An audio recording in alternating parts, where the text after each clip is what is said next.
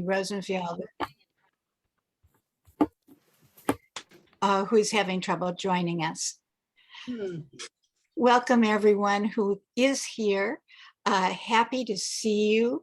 I'm so looking forward to today's schmooze, our conversation. We had such fun with you, Jackie, and hearing your history as a native Californian. Gail and Murray are almost native Californians. They've been here since they were very young, especially in Gail's case. And as you saw in our publicity for the event, they were young lovers. Sweet. Tell us, Gail and Murray, was it love at first sight? No.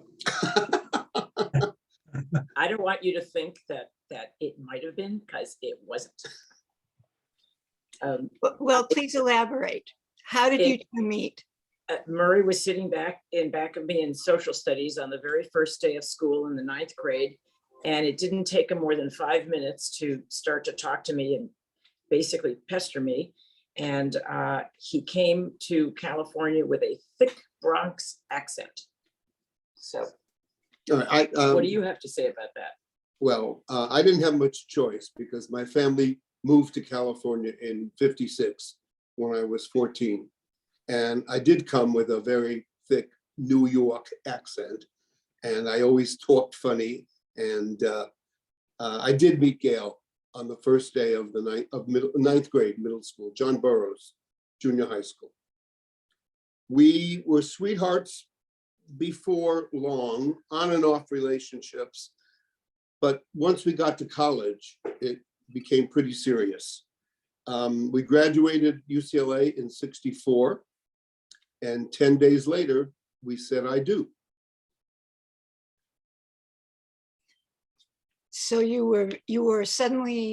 went from being college kids to young marrieds. Yes.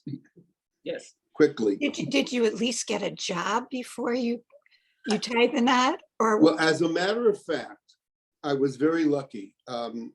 High school graduation, based on an award I had received, I got a job at a savings and loan that took me through college and was really the first 20 years of my career. So that worked out really well. Very well. Some of you may remember Lytton Savings, Crescent Heights and Sunset. Well, Bart Lytton was my first boss, and it was quite an experience. It was interesting, but it was good. How about you, Gail? Did you become an immediate housewife, or did you also go to work?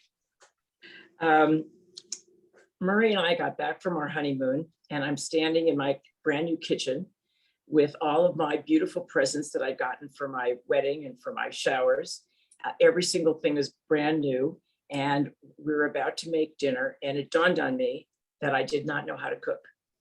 I had spent hours and hours, days, weeks, months, years, sitting in the kitchen with my mom while she cooked.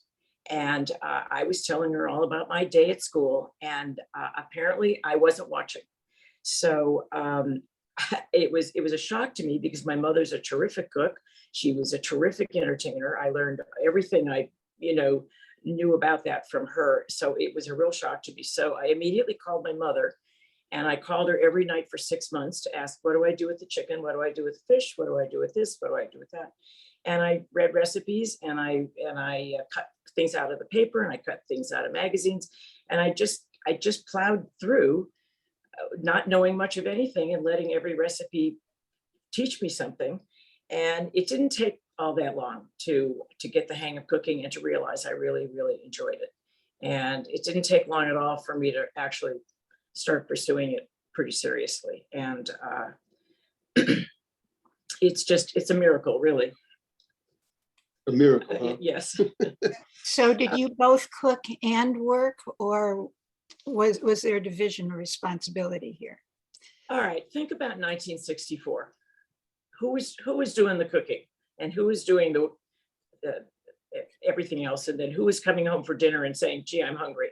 So I was working also. I was working for the state of California at the in the Department of Employment. And but I really enjoyed it so much that I was planning meals and trying new recipes. And every time I did, it was rewarding because Murray was willing to eat absolutely anything. And it took 20 years or so for Murray to decide that he wanted to learn to cook. And Well, the truth of the matter is I didn't have a choice.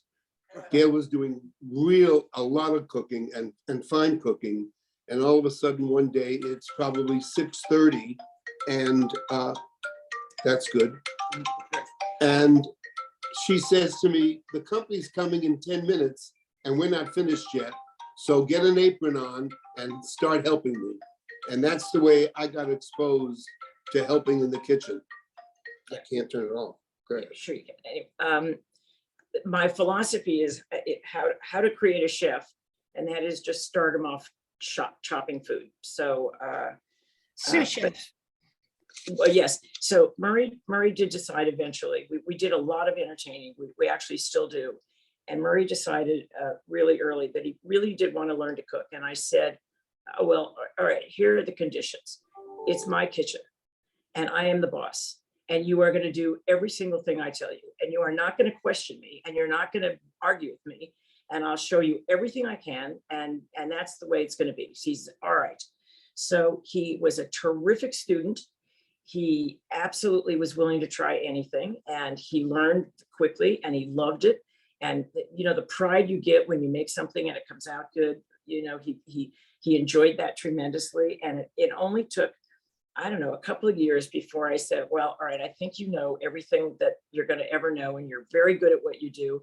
And we are now equals in the kitchen. And we can argue about the cooking if you'd like, and we can debate. But so we are great partners. And I will say that Murray does more than his share of the dishes. So that's pretty cool. So I teased in the publicity for today that we would hear about Murray's Peking chicken. Oh, my How Peking. did that come about? How did it come about? Growing up in New York and being of a Jewish heritage, Sunday night meant Chinese food. And when Gail started cooking, she knew how much I liked Chinese food, and she started cooking Chinese. And let's see, 1942 plus 40, 1982 was my 40th birthday, and she surprised me with a Chinese brunch, a dim sum brunch that she made entirely by herself.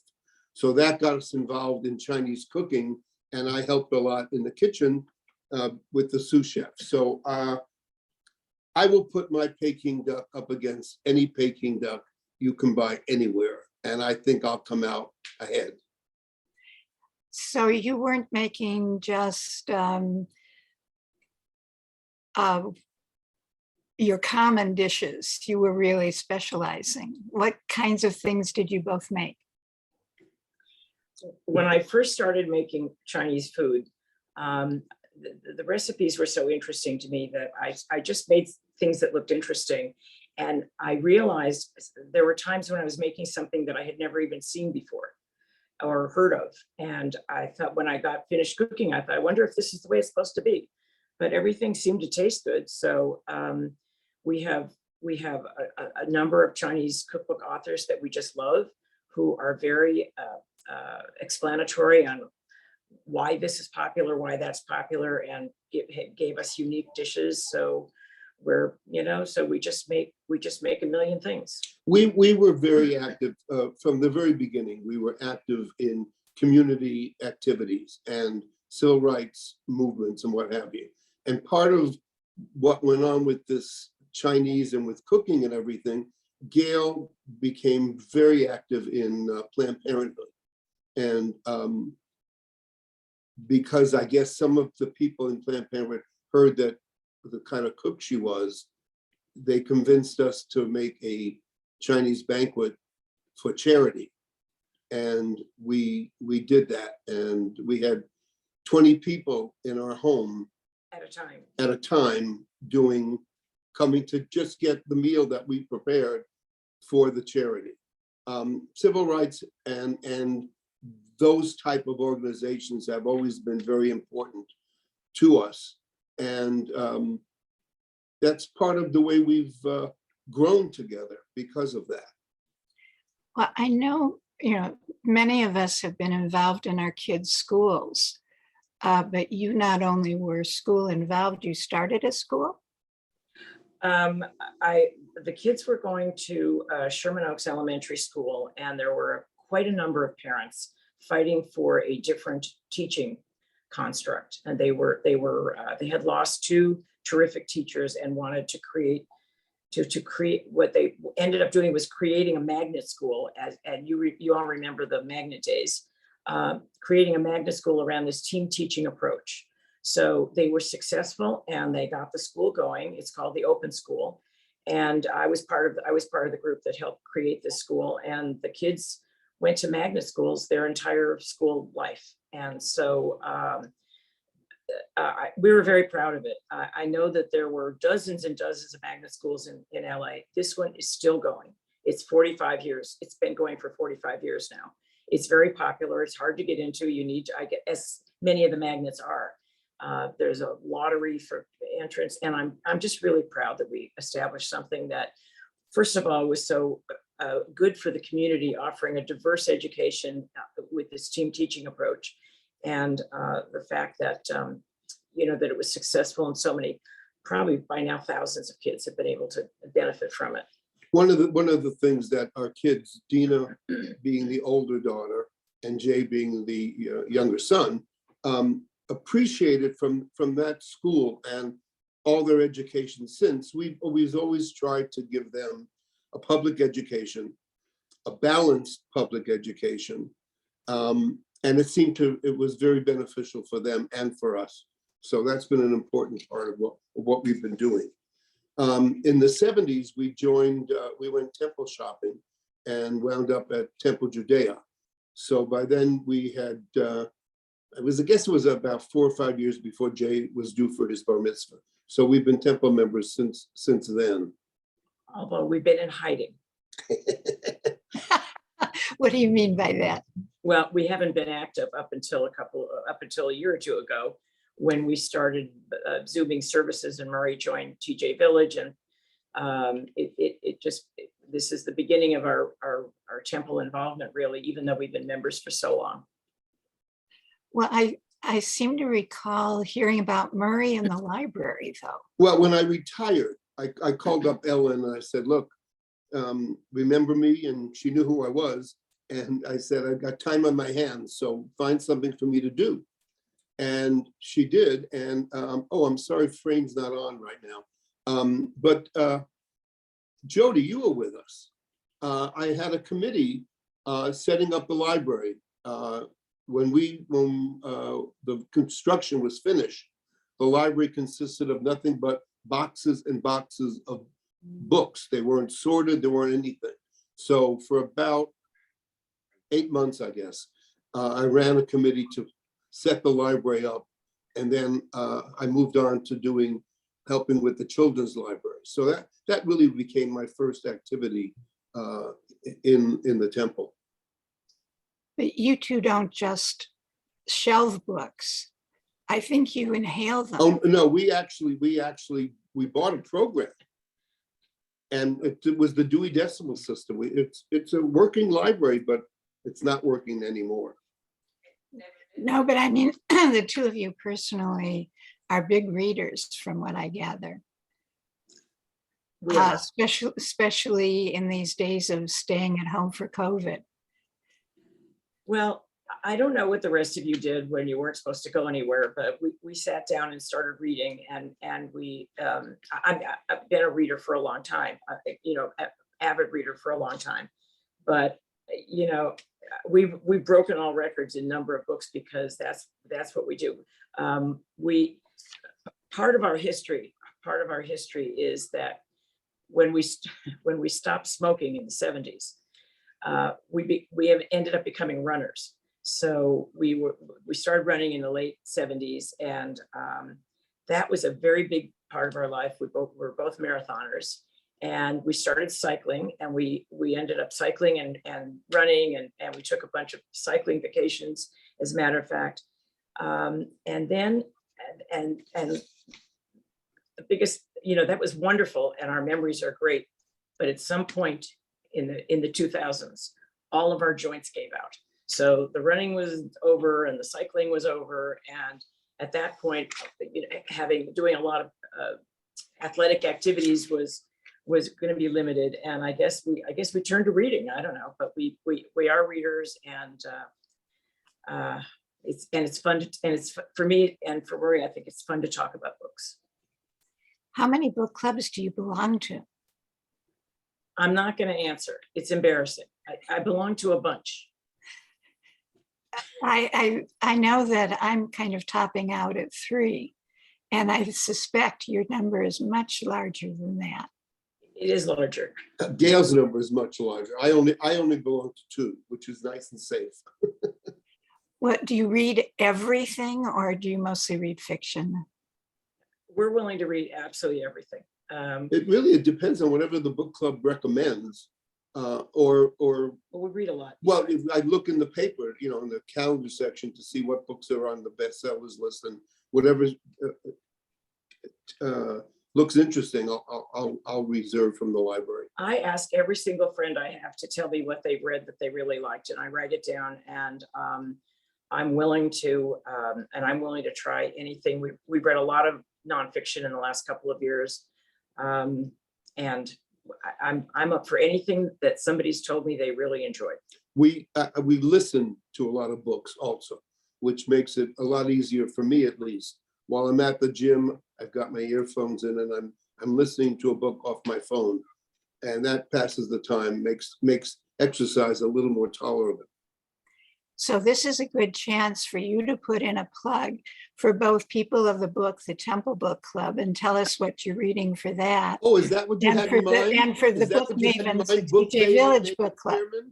Darlene, you are shameless. You are absolutely shameless. No, I want you to be shameless. You want to know what we're reading? Okay. I am reading Under the Udala Trees by Chinelo Oparanta. And you are reading Face the Mountain, I think it's Facing called. the Mountain. Facing the which Mountain. Which is referred to us by. That's the one that Marcia Novak recommended. It's the story of the Japanese, American-Japanese soldiers in World War II, and the consequences they faced being American citizens and fighting in World War II. So it's an interesting book. I learned some things I never knew about before. But as I said, I'm listening to it. Have you already read A Paragon, the Temple Book Club's next book? We have. And all million pages of it. And what about, I just lost the title for TJVillage Book Club from my head. The Great Unexpected, is that it? Yeah, that's it. Yeah. And that one's familiar to you too, I take it. Finished it. Uh-huh. Well, we will be talking about that on April 25th. And looking forward to it. So you read, have you replaced the running and the walking or hiking with other physical exercise? Does eating count? It better, With sitting all day and reading. because I think your cooking did not stop with Chinese. Am I correct? Yeah. That's correct. Yeah. I mean, I see Murray's Facebook pictures of what's on the menu, and I'm not. Most of the time, he says Gail's this and Gail's that with great adoration. But I take it that fine dining is also a hobby of yours. Yeah, and we're trying to get back to that. Because, the COVID really put a crink in going out and what have you. But we both enjoy good food, and I will. When we plan our vacations, I usually plan them based on where the restaurants are, and then I'll pick a country based on a Michelin star restaurant and do that. So what is the Heltzers 5-star restaurant? Your favorite Wow. It's in Paris. in Paris? Yeah. And which one are you thinking of? Well, one of them is not there anymore. It was Lucas Cartone, and the other one, although there are many, is actually still there. It must be there 60, 70 years, and that's Taiwan. But I think the United States is coming right up in its high quality restaurants. And the most interesting thing is that they're all going to Las Vegas. So Marie and I go periodically to Las Vegas, and it's mostly an eating trip because restaurants are there from France, they're there from all over the world, and it's a very quick way to get food that's served elsewhere. How interesting. You could organize a dining trip to Las Vegas for TJVillage. We could we? Yes. And something, Darlene, our fees for doing that are very reasonable. Ever the money man. Well, that was my career for many, many years. And then I switched to law firm administration, and that's from where I retired. So yes, there'll be a fee for any kind of junket to Las Vegas. Well, we appreciate that you are the TJVillage Steering Committee Treasurer All right. and on the money. So thank you very much for that. Does your love of fine dining and good food extend to a love of wines as well? Wow. Funny you should mention that. Yes, I belong to the International Wine and Food Society, which is, I don't know, 180 years old or something. And I'm a member of a local chapter that we enjoy fine wines. It's just something I picked up in the 70s and have enjoyed it ever since. So are you planning further trips besides Las Vegas to explore your favorite pastimes? Well, it really depends on COVID. We're limited to where we can and cannot do. I guess Gail and I have a list of a bucket list on countries that we'd like to see. Yeah, travel has always been a lot of fun for us. And of course, we've traveled so much less in the last 2 years, but I'm hoping we're not too old to go to some of the other places on our list that we haven't been to, and we're going to take a stab at it as best we can. Have you focused in on any place in particular? Well, I think we each have our own lists because there are places I want to go that are higher on my list than maybe on Gail's list. But yeah, we've got many places we'd like to revisit or go for the first time. Gail wants to not go back. Gail would like to spend a lot of time in Ireland and maybe drive through Ireland. Some of our friends have done it, and it looks exciting. I just, everything's up in the air because we don't know what's happening with the world COVID. at large. Yeah. Yeah. Well, you certainly have a broad range of interest, Heltzers. Maybe it is time to open things up to the rest of our group here and let them share experiences and ask you questions. Well, I just want to say one thing, and that is that I grew up in Hollywood, and I belong to, from the very beginning, grew up at Temple Israel of Hollywood. I know Jerry Mund and I were classmates. I can't remember if we were in the same year or right behind. Both our parents were both active in the Temple, and there may even be other people on this Zoom that went to Temple Israel. I don't know. It was Jackie did. Yeah, it was a pretty popular temple.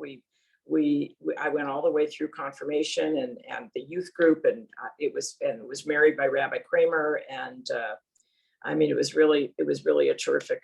It was an important part. It was an important part of our growing up. Well, Jerry wanted to chime in. Well, Gail, you're much older than me. No, I was a year behind you. But just a connection, and that is when Temple Judea formed, and I'm not sure what year that was, and they had their first high holidays. They borrowed a Torah from Temple Israel of Hollywood. Really? And they used that their first high holidays. Oh, interesting. Well, we found out the other day that the blocks have something in common with the Heltzers, in that Rabbi Kramer married both couples, not at the same time, but he married the blocks and married Gail and I in '64. Anyone else find you had similarities, things in common with Gail and Murray that you'd like to share with us? Jackie? Well, first of all, I just got a text from Sylvia, and she said to say hi. She's sorry she's missing being with all of us. As I said, she's at a friend's funeral on the East Coast. And I went to Temple Israel before, way before all of you. And when Rabbi Nussbaum was rabbi at the time. Well, yeah. And then his daughter was a friend. His daughter was a friend in my younger sister's class. And what else to say? Oh, Gail, when you were working for the state, did you know the personnel director there, Bob Fisher? Yeah. Does that sound familiar? No, it doesn't. Okay. I was working in the local office. Okay. And I worked in two different local offices. I'd love to eat at your home sometime. So when you were talking about Eileen had her hand up. oh, I'm sorry. Eileen, please go ahead. Jack has something to show. Oh my goodness, Bill. Oh, that's Kramer. Oh, look at that. The drawing that we were given, and it's of Rabbi Kramer who married us. Down to the Original line. with the glasses on the forehead. Yes. Original line ink. Yeah. Oh Original my goodness. lining. Lucky you. That Yeah. is He was He the, posed for the picture on one of the, like the yogurt things, you know, Right. yeah, I don't remember which brand it was, but they had his picture on there. And he always looked much older than he was because of the beard and the whole thing. Oh, yeah. He was a huge man. And larger than he was the personality. assistant rabbi when Nussbaum was the head rabbi when we were Temple members. Murray, when is your birthday? When is my birthday? When is it? May? Yeah, I'm a Gemini, May. Jack, so when we first got to know each other, so Jack and Murray, I think, are a week Right. apart in age. We Right. were at UCLA together. Murray and I grew up in the Bronx in similar close neighborhoods, married by Rabbi Kramer. There were a few other, Marriage you know, encounter. yeah, we discovered we were members of Jewish Marriage Encounter, which Right. you know, For years. is a rarity these days. And I Is remember, that still going on? Is well, we're marriage still part of a Havurah that we've been part of for over 30 years. Well, we were encountered 42 years ago, but we're still part of That group. the It's social. It's Havurah that social. morphed. It's social. Now it's social because everybody, you know, we've lost so many members, but we're still seeing those people. But I don't know whether JME itself as an entity is going on. I don't really know. But I remember our first Zoom service, and I sat looking at the screen and looking at everybody like I am right now on a Zoom call. You know, it's new to me. I didn't know what Zoom was about, and we're attending Temple Judea services, and I saw Murray and Gail. I thought, I don't know those people. Yeah. Gee, who are they? Yeah, yeah. And next thing you know, Murray's so involved with TJVillage and all of those things. So it's so nice to have people in our community, new people, and then, you know, we have all these little threads in common, and it's wonderful. Thank you. we also went to Family Encounter, And Oh, that's right. Yeah. we felt that marriage encounter was a very valuable experience, and that the communication techniques we thought were really wonderful. So we went to family encounter, and the kids both reacted differently to it, but in the end, our son eventually said, can we take on a leading role, which was kind of a surprising thing.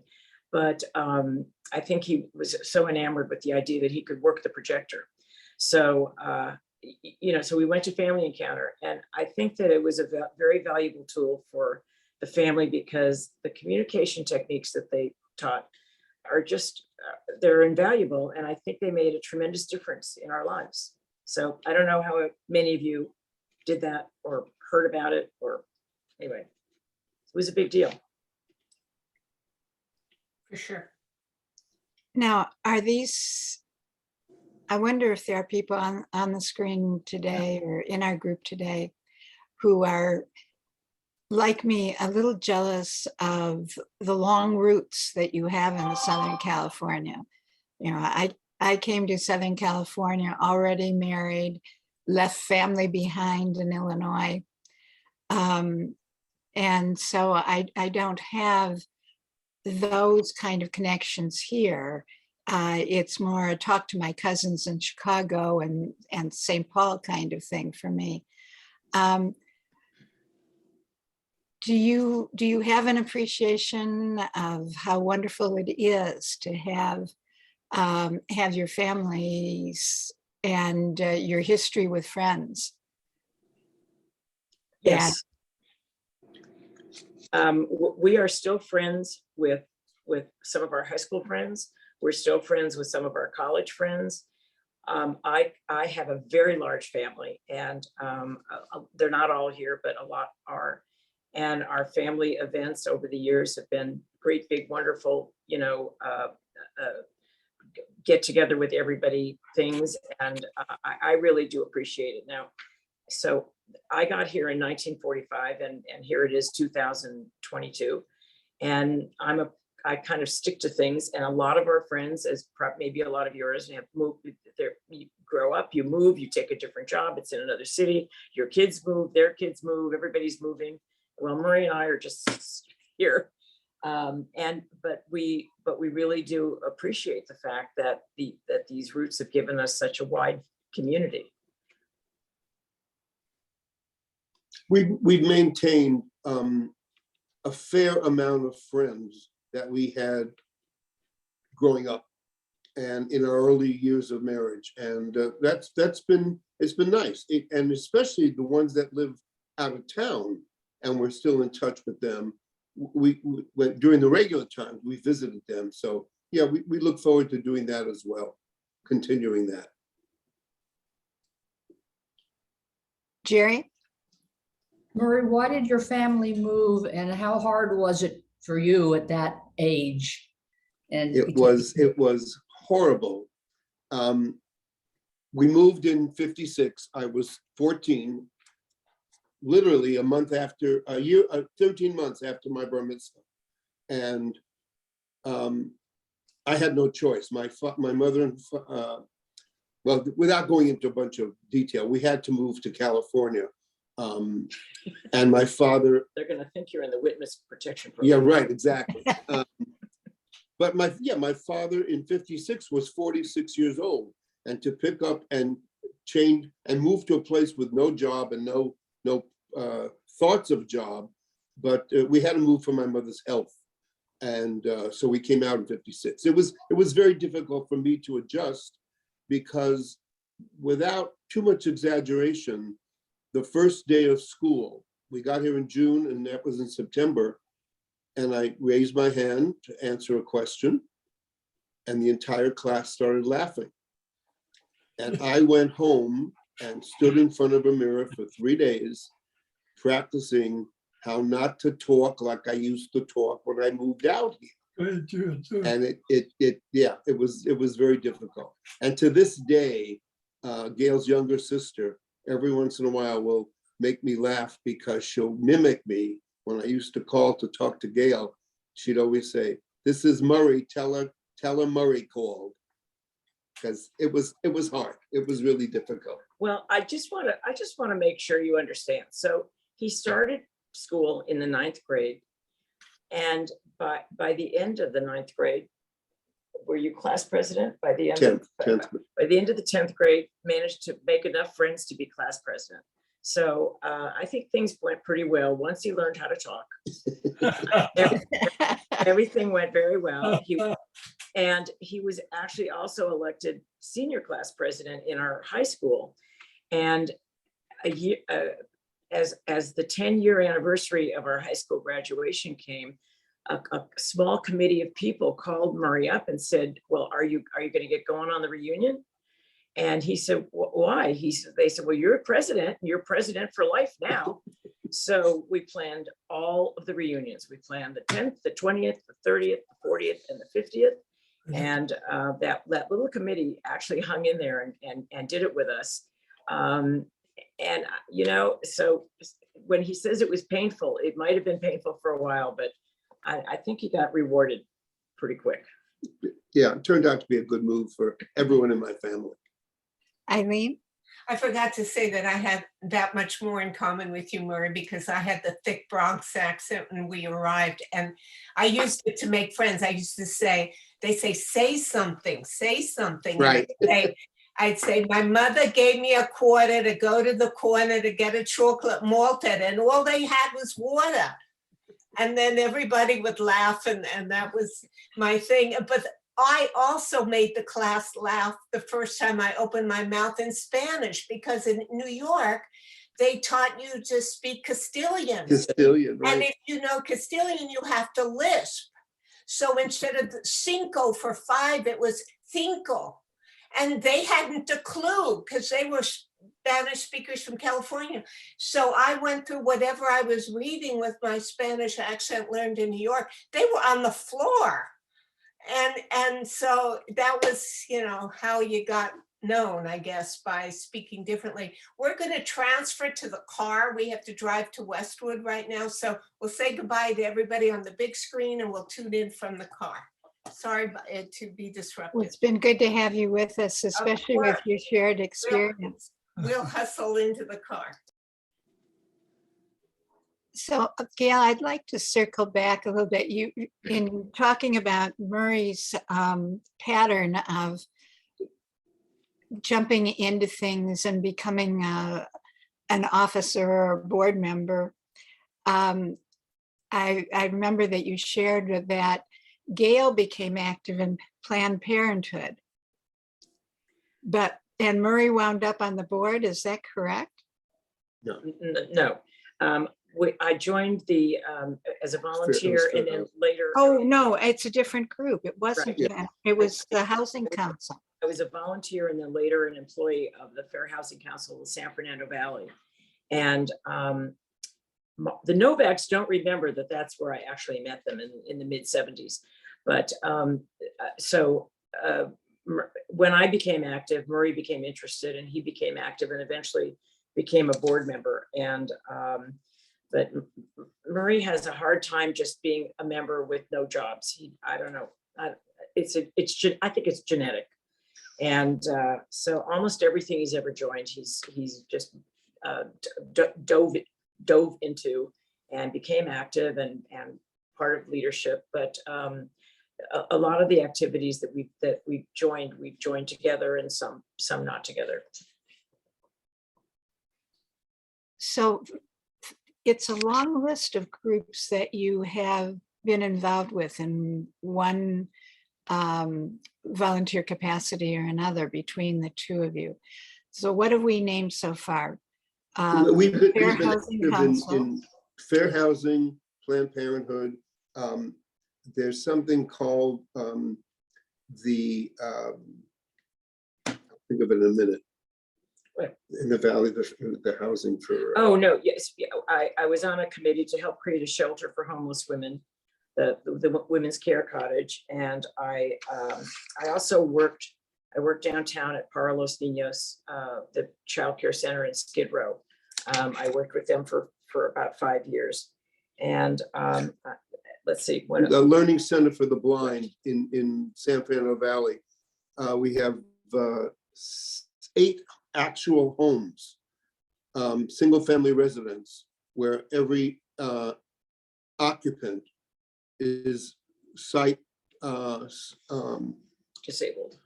sight disabled. And that's a very, very fine organization that I participated in for many, many years. So we've tried to be active in community events and organizations that we feel benefit all types of people.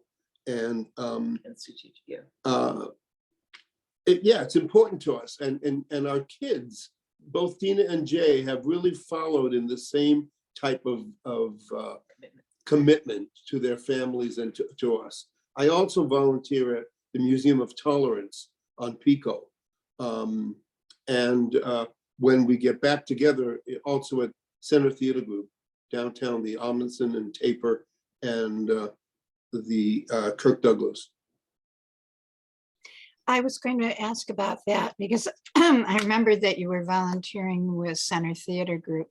And I know I've run into Marion and Bill when I've been at the Taper, sometimes on a Saturday afternoon. Has your volunteer work for the Center Theater Group started up again? No, they haven't. No one has come back to their office. They're all still working from home. And based on the work that I was doing for them, I have to have access to their computer system. And that is a priority, and there's a legal limit on whether or not you can do that from your house. So I have to wait until they go back into their regular building before I can do that again. So what was the nature of what you were doing as a volunteer? Well, I was doing analysis to see for potential donors. I was doing financial analysis for potential donors of CTG. You were scouting for a hit list. No, I wouldn't phrase it that way. No, you didn't phrase it that way. And this is being recorded, so I have to be very careful of what you say I was doing. Well, then Anyway, I will sit corrected.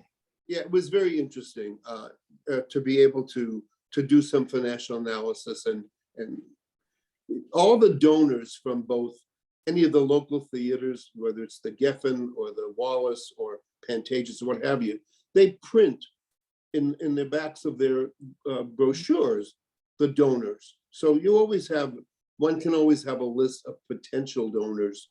You have to do some pencil pushing to come up with some formulas or what have you.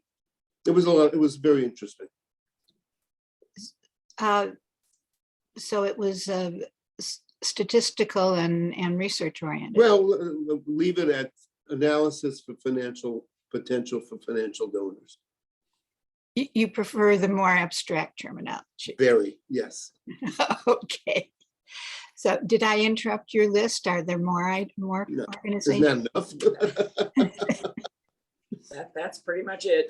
No, there's one more that I will push for because I think this is important. I'm a member of a board called the Connecting Cultures Mobile Museum. And that is a museum, literally mobile, that goes to middle schools in the LA Unified School District or at any of the private middle schools. And right now we have 72 different countries that we represent at 3 different segments: clothing, food, religion, from the countries. And we go into, and we're there for about anywhere from 6 to 10 days at a school.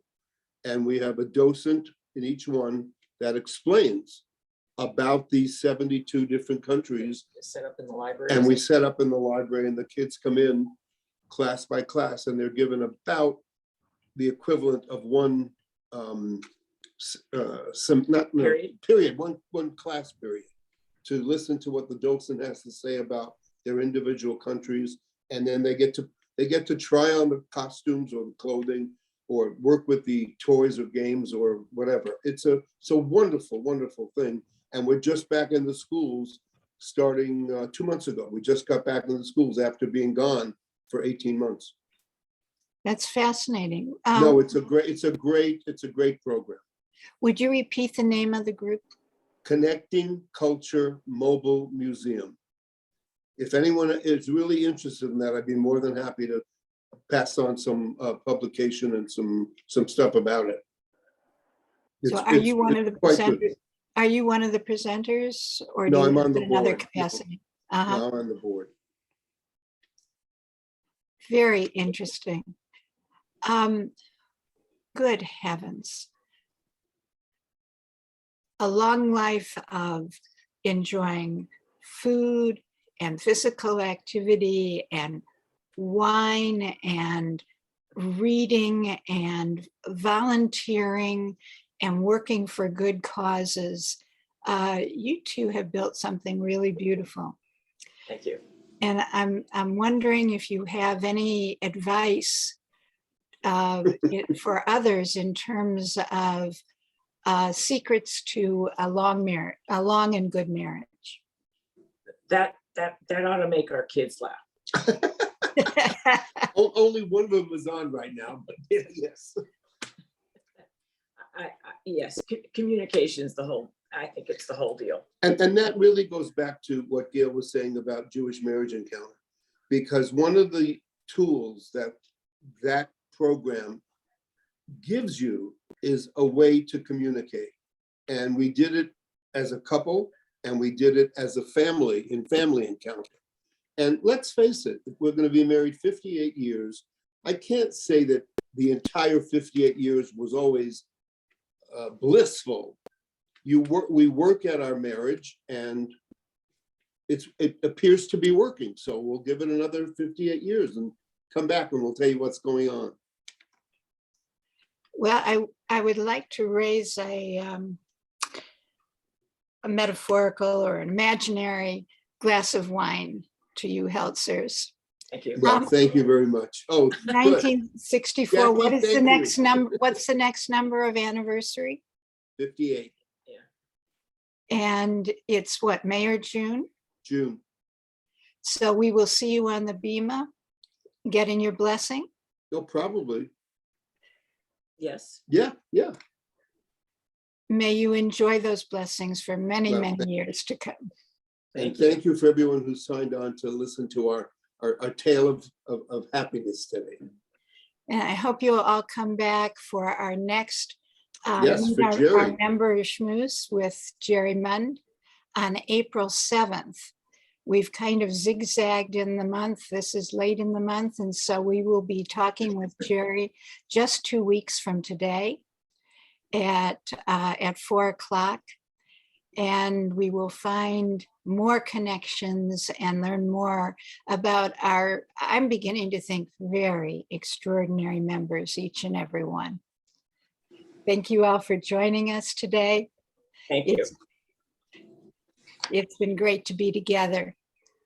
Anyone want just some off-topic conversation before we close the meeting? Well, thank you. Thank you for being so delightful, Gail and Marie. I think Marianne had her hand up. Oh, I'm sorry, Marianne, go ahead. You'll need to unmute though. Or were you waving goodbye? I see your lips moving, but I see you're muted. Can you unmute? I'm just thanking you for moderating, and you did a good job, and thank you. And Heltzers, very, very interesting, very, very fulfilling. So take care of yourselves. Thank you. Thank you. Thank you. Very good. Bye, everybody. Good to see you, Marianne. Bye-bye, everybody. Bye-bye. Till next time. Thank you. Bye-bye. Bye.